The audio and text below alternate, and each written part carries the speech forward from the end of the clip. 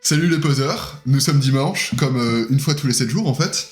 Et en attendant le match de c'est Juventus-Bologne ce soir, on a décidé de vous parler d'un sujet majeur parce que important dans le métal et assez peu traité. Il y a peu de littérature dessus, c'est la pause. Dès que vous rentrez dans le métal, dès vos premières interactions avec votre future famille métalleuse, en fait, vous avez dû entendre ce terme et très vite, en fait, vous comprenez que pour certains, les amateurs, le public se distingue un peu entre deux catégories, les vrais et les faux. Sauf qu'en fait, à l'instar du terme populiste, le terme de poseur en fait renvoie à une réalité qui est assez floue, qui est assez indéfinie. On a tous à peu près une définition de poseur, on voit tous quand on entend le terme poseur, on voit à quoi cela renvoie, mais c'est assez imprécis en fait. Et quand quelqu'un traite l'autre de poseur, quand on entend ce terme, cette idée, on l'a, mais elle est assez floue. Elle renvoie encore une fois à quelque chose de vague, quelque chose de faux, l'inculture, l'amateur de musique passe à ses extrêmes. En somme, on va rester un petit peu quelques minutes ensemble pour se demander ce qu'est un poseur. Exactement. C'est défini dans le Larousse, faut savoir que le terme poseur, on le retrouve aujourd'hui, c'est défini comme celui qui cherche à produire de l'effet par ses attitudes, c'est synonyme de m'as-tu vu, en réalité. Et du coup, à partir de là, on voit bien que c'est éminemment subjectif, quels sont les critères qui vont être pris en compte. On voit aussi que potentiellement, il y a une certaine dichotomie qui peut se faire entre le public et les groupes. Un groupe qui serait considéré comme étant un groupe de poseurs ne serait pas forcément un groupe dont le public serait un public de poseurs. Parce qu'il peut y avoir des distinctions qui se font, etc. Donc on va essayer de voir quels sont les indices, les critères, les éléments d'appréciation. Et on va voir que potentiellement, d'ailleurs, certains peuvent être divergents entre eux, ce qui montre que c'est une définition dont il est difficile de vraiment déterminer les contours. D'arrêter, ouais.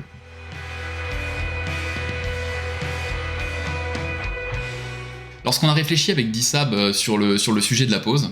Réfléchi avec de grandes guillemets, comme vous avez pu le constater, on n'est pas les couteaux les plus effûtés du tiroir. Clairement. Quand on a réfléchi au sujet, on s'est vite rendu compte que la définition que les gens pouvaient avoir de la pause et de ce qu'est un poseur était vraiment liée en fait à des concepts, à des notions principales, et on s'est rendu compte que la première, c'était essentiellement l'argent, le rapport particulier à l'argent. Au succès et par extension à l'argent, exactement. À l'argent, tout à fait. Le métal, comme toute esthétique de niche, a quand même un rapport assez complexe avec l'argent. C'est-à-dire que c'est presque vu comme signé chez Nuclear Blast, signé chez Universal a fortiori, c'est vu comme vendre son âme au diable. Et du coup, on a vite ce sentiment qu'à partir du moment où vous vendez bien, ou alors que vous êtes dans un genre qui est populaire, vous allez vite avoir l'étiquette de poseur, sans même qu'on réfléchisse vraiment à votre démarche. Tout à fait, mais c'est quand même une opinion un petit peu à nuancer, parce que est-ce qu'il y a vraiment trahison quand les groupes ne se cachent pas que leurs objectifs sont des objectifs qui sont d'ordre entrepreneurial, c'est-à-dire gagner des parts de marché, c'est-à-dire des fans, avoir du succès, jouer devant des audiences de plus en plus larges, jouer de plus en plus tard dans les festivals. Des groupes comme BMTH, Bring Me The Horizon ou Ghost, en interview, ne se sont jamais cachés de nourrir ces objectifs. Vouloir élargir la fanbase, être plus gros, être plus important, être plus célèbre. Pour moi, dans la pause, il y aura toujours quelque chose qui est lié à la trahison, et un groupe qui a toujours revendiqué une fin de succès, une envie de conquérir des charts, ne peut pas être qualifié nécessairement de poseur. Effectivement, et puis il y a un côté aussi, le fait que réussir dans sa musique, je connais pas un artiste qui me dit je suis heureux de pas vendre d'album et de galérer à vivre de ma musique. Ils veulent tous en vivre. Alors il y a des démarches et il y a des degrés évidemment successifs, mais en soi, je sais que c'est, encore une fois, en cherchant la définition de la pause, on s'est rendu compte que pour beaucoup de gens, ça rentrait en critère. Mais pour moi, ça rentre pas en ligne de compte, comme tu dis, directement dans ce qui devrait être la définition d'un poseur si on en retient une. Parce que pour moi, le succès qu'on peut avoir, c'est pas lié à la démarche et à la sincérité de la démarche. Et au final, vous trouvez, Gojira a par exemple fait Bercy récemment, j'ai pas l'impression que Gojira ce soit des poseurs, alors que leur musique, et même le fait que leur musique ait évolué au fil du temps, vers une musique un peu moins extrême, se sont un peu moins adoucies. Quand on écoute Amazonia et les Dynamite, j'ai pas l'impression qu'ils se soient particulièrement trahis ou qu'ils aient modifié leur musique en se disant on va faire Bercy, et si bientôt on peut faire le Stade de France et s'en mettre plein les poches, ça sera cool. C'est pas la démarche qui est retranscrite en tout cas. On peut simplement reprocher à certains artistes comme Ghost d'avoir en fait des objectifs qui sont assez peu fréquents dans le domaine artistique, mais qui sont pas non plus uniques au monde. Enfin, dans l'art contemporain, t'as aussi pas mal de mecs qui réfléchissent en termes justement de commerce. Soit pourquoi pas, tant que c'est qualitatif, et certains arrivent à assembler les deux. Tout simplement. Exactement, et en fait, la transition est toute faite pour peut-être la deuxième notion que l'on retrouve et qu'on va évoquer juste après, c'est que souvent, sous le prisme de la contestation du fait qu'on dirait est un poseur le groupe qui veut gagner de l'argent, est un poseur le public, le fan qui va aimer des groupes qui sont de ce style-là, qui sont commerciaux, entre guillemets. Dit, ouais. En fait, on vient presque plus non pas reprocher l'aspect commercial, mais reprocher le fait que les gens se soient arrêtés à la surface du genre. C'est ça, tout à fait. Et dire, vous en gros, vous aimez le métal, bah, vous connaissez Metallica, Rammstein, BMTH, Sabaton, et vous n'êtes pas les plus loin. C'est ça, tout à fait. Les personnes un petit peu plus initiées qui ont consacré à cette musique nombre d'heures d'écoute, ont fait des découvertes, parfois ont du mal à concevoir que cette musique, la musique métal en particulier, ne soit pas quelque chose qui soit aussi prégnant dans la vie d'autres, et que certaines personnes veulent simplement s'arrêter aux têtes de gondole Fnac, et n'ont pas pour objectif d'explorer, de découvrir plus, et sont simplement satisfaits de ce qu'ils connaissent, n'ont pas envie de découvrir des pépites, n'ont pas envie d'élargir leur culture musicale, et sont simplement contents avec leur playlist Spotify. Et c'est la raison pour laquelle, le plus souvent, la pause est liée à cette idée d'argent et de succès, parce que les gens s'arrêtent peut-être à la surface des groupes les plus connus, et donc du coup, quand on définit un poseur, on a tendance à un peu assimiler les deux, mais encore une fois, sur les quelques éléments qu'on a pu donner, ça nous semble pas du tout être le critère ou l'indice qui viendrait définir réellement ce qu'est un poseur ou la pause.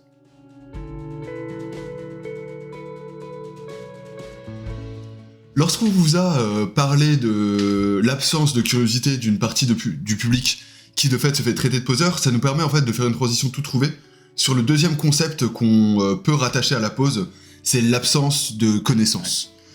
C'est d'ailleurs pour ça que certains groupes donnent une espèce de crédibilité instantanée, et l'apprécier, les apprécier et le revendiquer, c'est un peu comme se doter d'un vaccin, d'une petite dose anti-pause. Un totem d'immunité. C'est ça, le totem d'immunité, comme quoi tu peux pas te faire traiter de poseur si t'apprécies.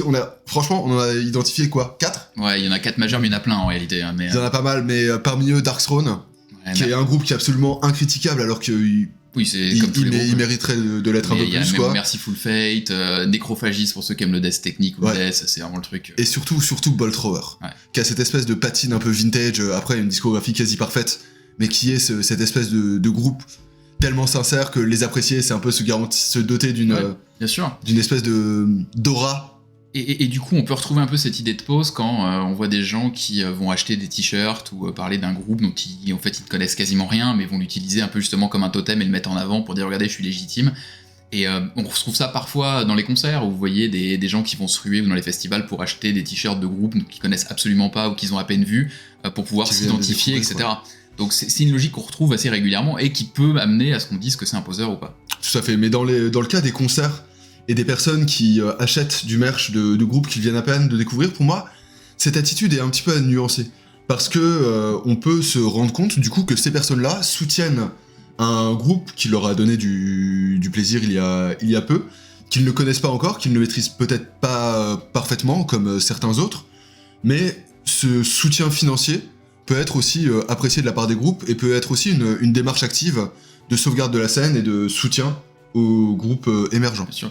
Sur ce premier aspect qu'on a pu dégager sur la connaissance, c'est effectivement contestable, mais il y a un peu toute cette logique dans le milieu métal qui est de dire si vous portez le t-shirt d'un groupe, c'est nécessairement que vous connaissez le groupe par cœur. Tout à fait. Il y a surtout un réel rapport de connivence sur le fait que porter un t-shirt de métal, c'est connaître le groupe et l'apprécier. Ouais. Or, ce rapport de connivence ne repose que sur le passé et sur ce qu'on en a fait en fait, parce que personne ne nous dit qu'on n'a pas le droit de porter un t-shirt simplement parce qu'on apprécie le design. Mais ce rapport de connivence est extrêmement fort et a d'ailleurs suscité pas mal de polémiques lors de la commercialisation de t-shirts Nirvana, Ramones, les Beatles, dans aussi, les Beatles, Black Sabbath, c'est ça, chez H&M. On s'était dit que de nombreuses personnes allaient porter les t-shirts d'un groupe qu'ils ne connaissent pas. Et alors ? Pourquoi pas ? Est-ce que on n'a pas le droit de juste apprécier le petit aigle des Ramones avec les noms des quatre tout autour ? Cette logique aussi a eu des conséquences un peu néfastes, notamment vis-à-vis des femmes, avec le fait que, étant donné que les femmes sont moins nombreuses dans le milieu métal, dès que l'une d'entre elles porte du merchandising, c'est l'inspection, tu vois. Ça a généré tous les mimes que vous connaissez sur le Name 3 c'est ça, exactement. Il n'y a pas de... Ce qu'il faut vraiment savoir, c'est que il n'y a pas de minimum pour porter un t-shirt. Pour moi, c'est une démarche subjective, ça me viendrait jamais à l'esprit, personnellement, d'acheter un t-shirt d'un groupe que je connais pas par cœur ou que ce truc, parce que c'est ma démarche. Mais si je vois quelqu'un dans la rue qui a un t-shirt d'un groupe que j'adore et qui n'y connaît rien, j'en ai rien à foutre, ça m'impacte pas, qu'est-ce que j'en ai à foutre de juger la raison pour la démarche qui est derrière. Mais c'est clairement un des aspects sur le côté la pause, un facteur en lien avec la connaissance. C'en est clairement un, c'est celui de savoir quelle est la dimension, ce que tu as envie de montrer, que t'aimes tel ou tel groupe, ça fait partie de la pause dans une certaine mesure. Tout à fait. D'ailleurs, vous vous rappelez peut-être du Kardashian Gate, où Kendall Jenner avait été repérée avec un t-shirt Slayer. T-shirt qui a sans doute été sélectionné par son styliste, trouvé en friperie ou quoi que ce soit, et on lui avait reproché le fait de ne sans doute pas connaître. Je pense qu'elle c'est pas une grande fan de Dead Skin Mask. Non. Mais et simplement, on lui avait nié le droit de porter ce t-shirt rien que pour ce qu'il représente en termes d'esthétique, tu vois. Moi, je trouve ça d'ailleurs plus complexe de porter un t-shirt Slayer pour des raisons esthétiques que pour le groupe, parce que le groupe est bien meilleur que ces t-shirts quand même, faut le dire, quoi. Un autre aspect qui est légèrement lié à la connaissance, sur lequel on va aller extrêmement vite, c'est pour moi le sens un peu original du terme de poseur, qui est d'ailleurs une définition qui est un petit peu défendue par Manowar. C'est la personne qui n'écoute du métal pas assez extrême. Dans Kings of Metal, Manowar indique qu'il n'attire pas les wimps, qui est un synonyme de poseur, car il joue trop fort. Et ainsi, on retrouve un peu cette idée traditionnelle de la personne qui n'a pas les tripes pour aller écouter de la musique suffisamment extrême, suffisamment forte, suffisamment pointue. Et c'est pas une question d'inculture à proprement parler, mais un petit peu quand même, c'est cette idée de personnes qui ne vont pas aller dans les genres les plus extrêmes, qui demandent l'audition la plus façonnée, entre guillemets. Ouais, bien sûr, et on rejoint encore l'idée de ceux qui restent en surface du groupe métal, qui vont être reprochés cette vision. Ça, c'est le deuxième aspect, qui, au niveau de la connaissance, qui se ressort. Moi, il y en a quand même un troisième qui m'a un petit peu marqué, et qui presque inverse la logique de pause. C'est-à-dire qu'on est dans une logique de connaissance, mais on rejoint plus l'inverse, c'est-à-dire pas les nouveaux venus qui connaîtraient qu'en surface le métal, mais les gens très établis qui vont faire preuve de gatekeeping à un point, au final, de rejoindre ce qui pourrait être la définition de la pause si on reprend celle. Celle du Larousse. Celle du Larousse, exactement. Ce qu'on a dit, c'est que on sait que la musique métal, c'est quand même au final une musique qui est assez individualiste, dans le sens où si les gens commencent à écouter du métal à un moment de leur vie, comme beaucoup à l'adolescence, c'est parce qu'il y a des peurs, des ressentiments, peu importe les ressorts qui sont derrière, mais c'est souvent une démarche très personnelle qui va t'amener à écouter tel ou tel type de musique, plus ou moins extrême.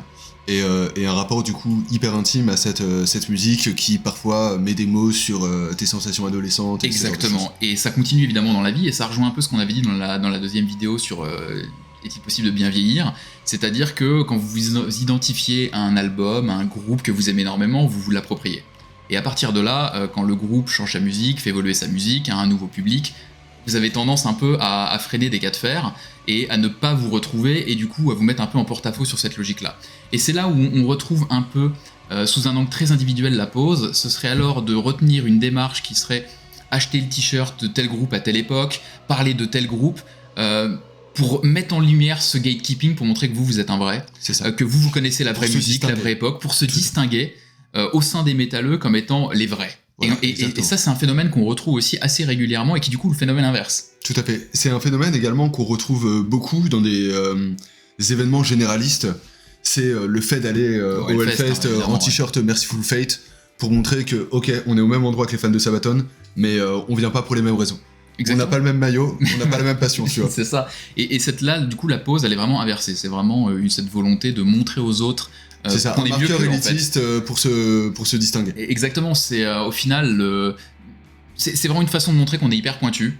Et au final, le t-shirt Merciful Fate en Hellfest, ça devient la Patek Philippe de l'influenceur. Exactement. Ça devient un outil en fait de placement. Ça devient un outil de placement pour montrer qui je suis. C'est ça, de distinguo social, comme dirait Pierre Bourdieu. Exactement. Et là, on est vraiment du coup dans une définition de la pause inverse. C'est plus le néophyte qui reste à la surface. C'est le mec très engagé, très au fond des choses, mais qui veut montrer qu'il est meilleur que les autres. Et pour moi, c'est tout autant une définition de la pause en réalité.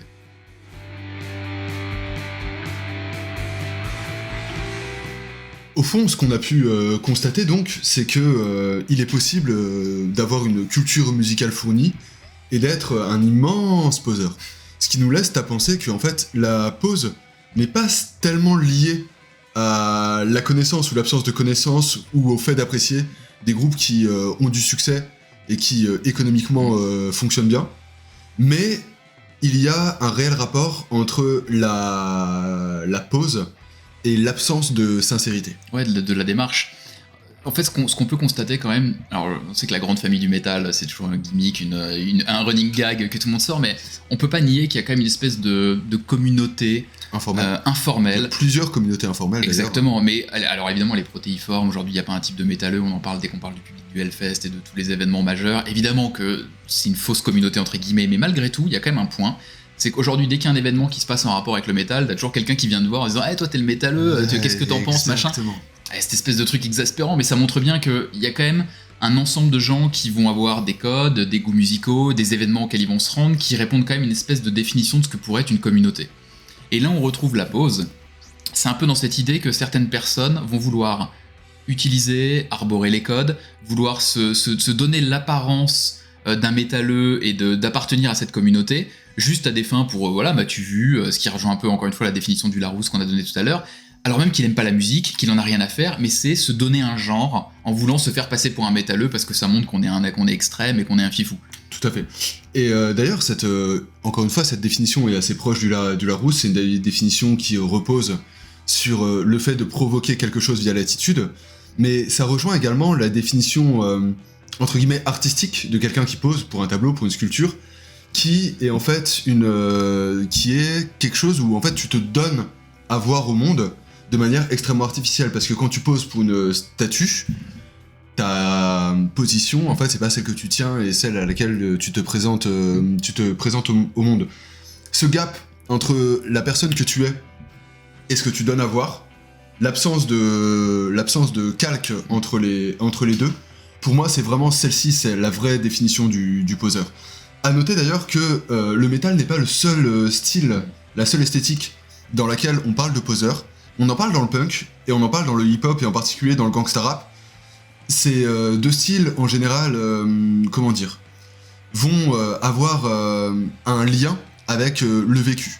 Et oui, si t'as pas ce vécu, c'est ça. T'es pas vraiment légitime à le faire. Et tout à fait.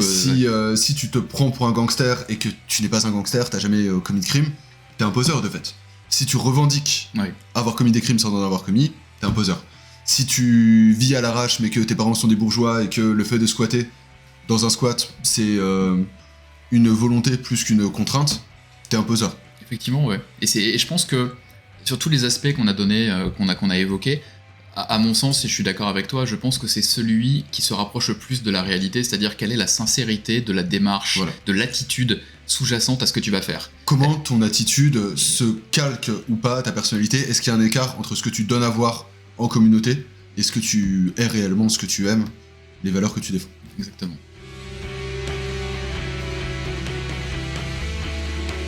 Par nature, la pose est assez difficile à définir. On a essayé de vous donner quelques clés de compréhension, quelques exemples qui parfois sont divergents, et au fond, si personne ne s'est vraiment trop pataqué à ce sujet, peut-être que c'est parce qu'il n'est pas intéressant, vous nous le direz, ou peut-être parce que justement, il est trop large pour être vraiment cerné et défini. Ouais, d'ailleurs, quand vous allez voir sur internet et que vous tapez par curiosité les groupes les plus poseurs, etc., en fait, vous avez des réponses qui sont complètement différentes. Alors, vous avez des groupes qui vont être sur Five Finger Death Punch, Sabaton, Slipknot, etc., où on va mélanger, en fait, succès commercial et approche musicale avec la pose. C'est ça. Donc, c'est vraiment, à partir du moment où t'es un sell-out et t'es commercial, t'es un poseur. Une exigence artistique. Dans le cas de Five Finger Death Punch, d'ailleurs, qui s'appelle pas très haut, quoi. Non, on est certain, mais à mon sens, c'est plutôt personnel.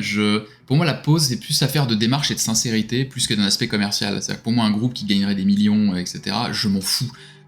Pour moi, la pose est plus liée à qu'est-ce qui justifie ta démarche musicale quand t'es un groupe. Est-ce que tu vas modifier ta musique exclusivement à des fins commerciales, ou juste parce que t'as envie de faire autre chose, d'explorer de nouveaux horizons, etc.